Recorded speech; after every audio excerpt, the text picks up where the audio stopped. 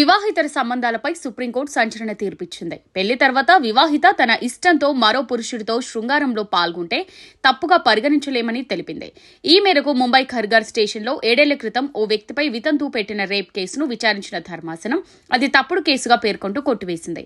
ఈ సందర్భంగా రిలేషన్ బాగున్నప్పుడు కొంతకాలం శృంగారంలో పాల్గొని ఆ తర్వాత విడిపోతే కక్షతో రేప్ కేసులు పెట్టడం సరికాదని, ఇది పురుష సమాజానికి ఆందోళన కలిగించే అంశమని justice B V Nagarathna, justice Koteshwar Singh ధర్మాసనం పేర్కొంది.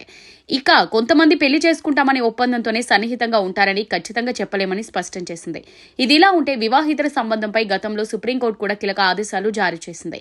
భర్తకు మహిళ వ్యక్తిగత ఆస్తి కాదని, వివాహితర సంబంధాన్ని నేరంగా పరిగణిస్తున్న ఐపీసీ సెక్షన్ 497ను కొట్టేసిన విషయం తెలిసిందే. 2018 సెప్టెంబర్లో వెలువడిన ఈ తీర్పు ప్రకారం మహిళల వ్యక్తిగత స్వేచ్ఛను హరిస్తున్న సెక్షన్ 497కు కాలం చెల్లించని, అది రాజ్య విరుద్ధమని. 2018 సెప్టెంబర్లో వెలువడిన ఈ తీర్పు ప్రకారం మహిళల వ్యక్తిగత స్వేచ్ఛను హరిస్తున్న సెక్షన్ 497కు కాలం చెల్లిందని, అది రాజ్యాంగ విరుద్ధమని, బ్రిటిష్ కాలం నాటి వ్యభిచార వ్యతిరేక చట్టం మహిళలను మగవారు తమ సొంత ఆస్తిగా పరిగణించేలా ఉందంది.